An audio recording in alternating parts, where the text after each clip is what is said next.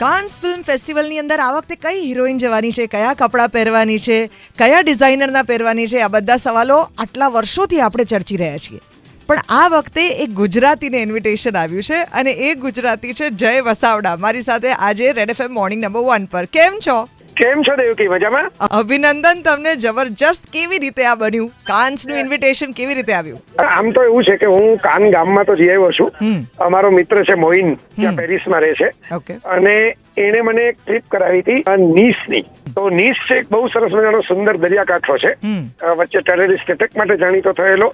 એનાથી થોડે દૂર છે આ કાન ગામ. અને એવું ઘણા વખત થયું હતું કે ફેસ્ટિવલ હોય તો જાય તો મજા છે, એમને ગામ જોવાની શું મજા છે, થિયેટર જોવાની શું મજા છે. તો આ વખતે મને મોઈને જ જાણ કરી કે ભાઈ આ ફેસ્ટિવલ છે ને એનું સાઇટ ઉપર તમે જાઓ અને એ સાઇટ ઉપર એ લોકોએ બધી વિગતો મૂકી છે કે પ્રેક્ષક તરીકે જવા માટે. તો એની વેબસાઇટ ઉપર ગયો અને પ્રેક્ષક તરીકે જવા માટે શું કરવું એ હું સર્ચ કરતો હતો કે ભાઈ ત્યાં ક્યારે કયા સ્ક્રીનિંગ છે, રોકાવાનું હોય તો કઈ જગ્યાએ રોકાવાય, કઈ જગ્યાએ કેટલી વખત ફિલ્મોનું શું થાય. ત્યાં એક ઈમેલ એડ્રેસ આપેલું હતું કે તમારે કોઈ ઇન્ક્વાયરી કરવી હોય તો આમાં કરી શકો. એટલે મેં ઈમેલ એડ્રેસ ઉપર ઇન્ક્વાયરીનો મેલ કર્યો.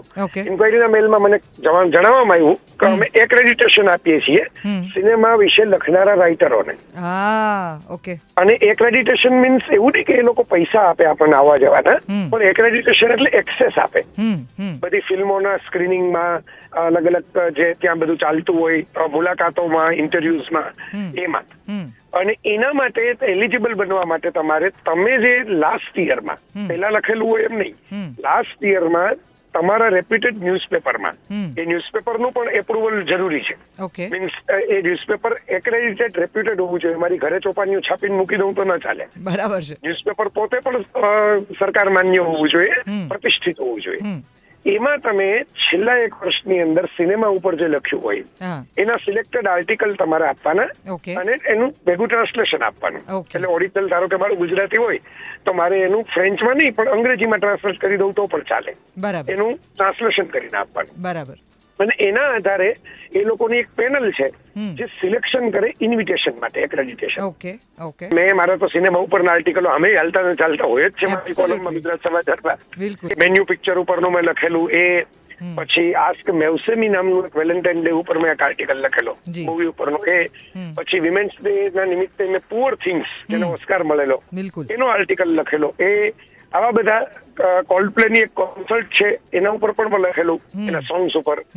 આવા બધા જે આર્ટિકલ્સ છે એ બધા મેં મોકલાવ્યા. પછી અચાનક એમનો મેલ આવ્યો કે તમે એક્રેડિટેશન માટે અપ્રૂવ થયા છો અને ગુજરાતમાંથી, એટલે તમારા પ્રોવિન્સ, તમારા રિજિયનમાંથી you are the only one writer. ગુજરાતમાંથી કોઈ બીજું નથી. એટલે જ તો જયભાઈ, આ પહેલા પણ કેટલા ગુજરાતીઓ કાન્સમાં ગયા છે. એ જે રીતે ગયા છે ને તમે જે રીતે જઈ રહ્યા છો એની અંદર તો ફરક શું છે? એક એ લોકો કઈ ઇંગ્લિશ મીડિયા સાથે સંકળાયેલા હોય અથવા તો સિનેમા મૂવી મેકિંગ સાથે સંકળાયેલા હોય. બરાબર. હવે કાન ફિલ્મ ફેસ્ટિવલ છે, મને ખબર પડી આમાં ઊંડો ઉતરો એટલે કે એનું ઓફિશિયલ સેક્શન જુદું છે અને એનું બિઝનેસ સેક્શન પણ છે. એટલે આગળ તરીકે આપણે કોઈ જગ્યા હોય, એક અંદર ઇવેન્ટ ચાલતી હોય જે મેઇન ઇવેન્ટ હોય, બહાર બધા સ્ટોલ નખાવીને બેઠા હોય. બરાબર. હવે અંદર ધારો કે G20 ની કે વેવ્સ ની મેઇન ઇવેન્ટ ચાલતી હોય. બરાબર. અને બહાર મારો સ્ટોલ હોય તો મેં એ ઇવેન્ટ એટેન્ડ કરી ગણાય, પણ હું એ ઇવેન્ટનો ઓફિશિયલ ઇન્વાઇટી ન ગણાવું, કારણ કે મને અંદર ઇન્વિટેશન આપવામાં આવ્યું નથી. બરાબર. હું પ્રેક્ષક તરીકે તો પૈસા ખર્ચીને જઈ શકું, પણ હું એ સંસ્થાનો આમંત્રિત સભ્ય નથી. બરાબર છે.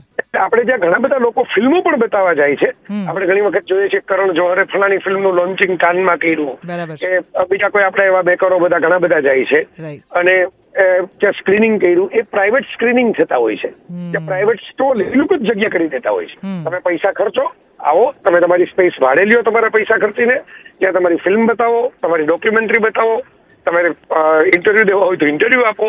પણ એ કાન ફિલ્મ ફેસ્ટિવલ નિમિત્તે ભરાયેલા મેળાની વાત છે, નહીં કે કાન ફિલ્મ ફેસ્ટિવલની. બરાબર. એટલે એની ટેકનિકલ વિગતમાં એવું છે કે એ ફિલ્મ જયારે તમે રિલીઝ કરો ત્યારે પેલું પાંદડા વાળું ફર્નનું પાંદડું જે છે, જે કાન ફિલ્મ ફેસ્ટિવલનું સિમ્બોલ છે, એ સિમ્બોલ તમે એમાં મૂકી ન શકો, કારણ કે એ ઓફિશિયલ કાન સિલેક્શન નથી. એ ફીચર્ડ ધેર છે, ખાલી ફીચર્ડ ધેર છે. યસ. એટલે આપણે ત્યાં ઘણા વખતથી ઘણા લોકો જાય છે, અમુક મોડલ પણ જાય છે. હવે આપણી અમુક મોટા હિરોઈનો, ઐશ્વર્યાની વાત નથી, ઐશ્વર્યા જેવા હિરોઈનો જે જાય છે એ કાનના ઇન્વિટેશન થી જ્યુરી મેમ્બર તરીકે જાય છે. બરાબર.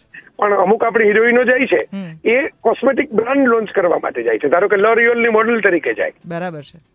તો લોરિયલ છે એ વન ઓફ ધ સ્પોન્સર છે, એટલે એની મોડલ તરીકે એને હાજર રહેવા મળે. બરાબર છે. એને કાન ફિલ્મ ફેસ્ટિવલ સાથે કઈ લાગે વળગે નહીં. અમુક તો એમને પણ હાજર રહે. આપણે જોવા માટે ગયા હોય, આપણે ફોટો પડાવીએ રેડ કાર્પેટ ઉપર ઉભા રહીને, એક નાનો વિડીયો ઉતારીએ, ધેટ ડઝન્ટ મીન કે આપણને અંદર જે છે એ કાન ફિલ્મ ફેસ્ટિવલ જે છે એમાં આપણે ઇન્વાઇટેડ છીએ. એટલે આપણા ફિલ્મ સ્ટારોમાં પણ આવું થાય છે કે જે લોકો ઇન્વાઇટેડ નથી હોતા પણ સરસ કપડાં પહેરીને પહોંચી જાય છે અને પૈસા ખર્ચે છે, એક વિડીયોગ્રાફર ભેગો રાખે છે, વિડીયો ઉતારીને હાઈ કરીને પાછા ઉતારે છે. તો તમે આ બધું કરી છે કે નહીં? કોઈ વિડીયોગ્રાફર સાથે, કોઈ ડિઝાઇનર કપડાં, આ બધું ટેન્શન તમારા મન પર આવી છે કે નહીં? ના નથી એવું, બિલકુલ નહીં. એક બ્લેઝર મેં ખાલી સાથે રાખ્યું છે, કારણ કે ત્યાં એક ગાલા પેલું ડિનર ટાઈપની પેલું હોય છે ઉદઘાટન વખતે, જેમાં એ લોકોએ ડ્રેસ કોડ એવું લખેલું છે કે ભાઈ જેકેટ ઓર બ્લેઝર. ઓકે. એટલે આના સિવાય મેં કઈ બીજું કઈ ડ્રેસ કોડ વિશે વિચાર્યું નથી. આપણે જેવા છીએ એવા જ છીએ. અને અનફોર્ચ્યુનેટલી ત્યાં હોટલો પણ હવે મળતી નથી, કારણ કે મારે તો આજે એપ્રુવલ આવ્યું એ બહુ મોડું આવ્યું. મે મહિનો શરૂ થઈ ગયો હતો ત્યારે.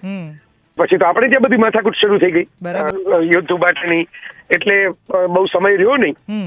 એટલે મારે પછી કેટલાક મિત્રો સાથે વાતો ચાલતી હતી કે હવે ભવિષ્યમાં યુરોપ આવો તો અમારે ત્યાં બોલવા આવજો. એટલે આપણો બર્લિનનો ગુજરાતી સમાજ છે અને મ્યુનિકનો ગુજરાતી સમાજ છે. તો 17 તારીખે બર્લિન અને 18 તારીખે મ્યુનિક, ત્યાં મારે બોલવા જવાનું છે. એટલે હું પછી જર્મની જઈશ અને ત્યાંથી પાછો આવીશ. ભાઈ, ગુજરાતી ભાષામાં લખતા લેખકને કાન્સ ફિલ્મ ફેસ્ટિવલ એક્રેડિશન પર ઇન્વિટેશન આપે, આ તો જબરજસ્ત વાત કહેવાય. Yes, thank you. અને મને આનંદ છે કે કોઈ ગુજરાતી ભાષામાં પણ લખી શકાય છે સારું એવું, કે જે ઇન્ટરનેશનલ લેવલે સિનેમાના પંડિતો બેઠા હોય કાચની જ્યુરીમાં, એ લોકોને અપીલ કરે એવું. એટલે એ આપણે માટે કોન્ફિડન્સ બુસ્ટિંગ વાળી વાત છે. આપણે શરૂ તો કર્યું, કે આ લૂંટીને કોક બીજું જશે. બિલકુલ. We are very proud of you and thank you for carving this path for all of us. Thank you Devki. અને you are also a cine buff. તો આપણું હું તો ઈચ્છું કે ભવિષ્યમાં આરજે તરીકે તમે પણ જઈ શકો. એમાં એક ઓડિયો વિઝ્યુઅલ કેટેગરી પણ છે.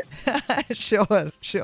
એટલે કોઈને પણ રસ પડે તો કાનની સાઇટ ઉપર જાય, એક્રેડિટેશન લિસ્ટમાં જાય અને એમાં જોવે તો એમને જાણીને આનંદ થશે. 3જા નંબરે મારું નામ છે, ગુજરાત સમાચાર મીડિયાનું નામ પણ લખેલું છે. બરાબર. અને એ 3જા નંબરે નામ છે ને પછી બાકીના નામો છે ભારતમાંથી જે પત્રકારો જે છે કે લેખકો છે એ જવાના છે. જેમ કે સાયબલ ચેટર્જી છે, કોઈ પ્રેસ ઇન્ફોર્મેશન બ્યુરોમાંથી છે, કોઈ ટેલિવિઝન ચેનલમાંથી છે, અનુપમા ચોપરા છે, અસીમ છાબરા છે rediff.com માંથી. સરસ. તમારે નવા સરસ સંબંધો બનશે. હા, નવા મિત્રો મળશે. અને એ બધા જ જે છે ઇંગ્લિશ મીડિયામાંથી છે. એટલે આ જે જિંક્સ છે ને આપણે એ તોડવાની જરૂર છે. મારે ખાસ આ માધ્યમથી એ વાત કહેવી છે અને યોર્સ, કે આપણે ત્યાં એવું છે કે ભાઈ એવું લોકો પોતે જ લિમિટ માની લે છે કે આ બધા ઇંગ્લિશ વાળા જાય. સાચી વાત છે. સાચી. તો અનુપમા ચોપરા કે અસીમ છાબરા જ જઈ શકે, આપણે થોડા જઈ શકીએ એમ. બરાબર છે. એ ત્યાં જ બસ. એટલે આ મુદ્દો આ જ છે કે દરવાજાઓ તમારે ઉભા થઈને ખોલવાના હોય છે, ખખડાવવાના હોય છે, ખેંચવાના હોય છે.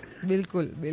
બરાબર. તમે જઈ શકો. શું કામ ન જઈ શકો? તમે મરાઠીમાં, બંગાળીમાં, ગુજરાતીમાં, તમિલમાં લખીને પણ જઈ શકો. અને પોતે ફ્રેન્ચનો ફેસ્ટિવલ છે, ફ્રાન્સનો ફેસ્ટિવલ છે, એ કે અંગ્રેજીનો ફેસ્ટિવલ નથી કે અંગ્રેજીમાં લખનાર જ જઈ શકે. સાચી વાત. આ ભાષાવાળી વાત પણ મારે ખાસ મૂકવી હતી, એટલે સારું થયું તે મને પૂછ્યું. Very good. Thank you so much Jaybhai. તમે અત્યારે જઈ રહ્યા છો કાન્સ તરફ? મુસાફરી કરી રહ્યો છું. લાંબી મુસાફરી છે.